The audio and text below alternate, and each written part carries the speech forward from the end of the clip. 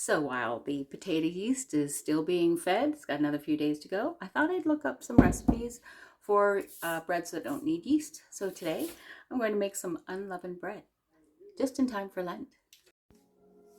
So this recipe calls for 2 cups of whole wheat flour. It says that you could also use hard white or spelt. We're going to use whole wheat flour. Also calls for 1 teaspoon of salt,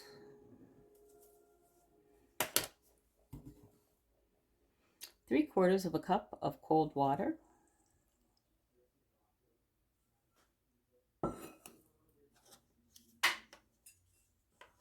and 2 tablespoons of virgin olive oil.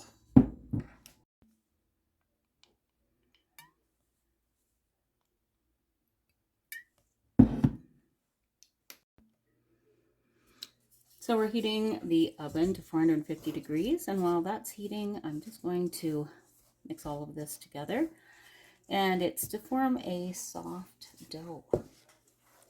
After the dough has been formed, I will knead it for 3 minutes. So you can see I've done exactly what the recipe told me to do, and this is what I've got. This is nowhere near the right consistency for dough. So I'm going to go ahead and add a little bit more water. I've measured out a cup. I'm not quite sure how much I'm going to need, but it's definitely more than 3/4 of a cup. That's about a half a cup more.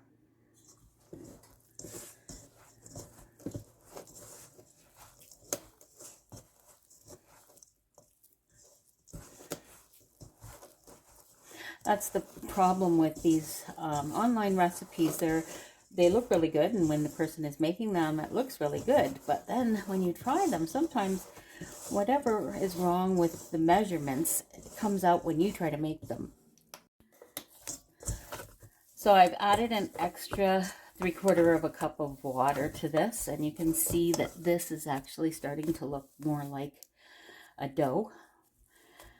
And if it were me, I'd want to add maybe a little bit more olive oil to it, but I don't know what this is supposed to feel like, so we're just going to leave it as is. And yeah, as I mentioned, always a great idea. Take those recipes that you may have printed off and saved for those rainy days and try them out. Make sure that they're going to work for you. Oops, put this in the center.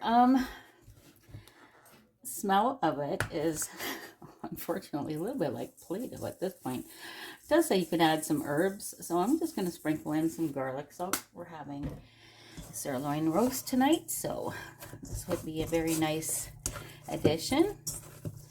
If it tastes good, that is. If not, I do have the Amish bread that I made earlier.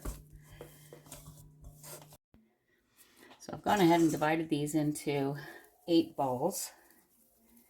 And once I get them rolled out a little bit better, I'm going to put them on the baking sheet and flatten them, and then prick it with a fork. I'll show you that in a second. All right, so now I'm just going to flatten these down. I don't think it's meant to be like half an inch thick or 1/4 of an inch thick. I think it's supposed to have some thickness to it. The picture shows that it's got a little bit of thickness to it. So we'll just spread these apart. I'm just going to flatten these down. All right, so these are all flattened, and I will prick them with a fork. And the oven is ready, so they can go right in.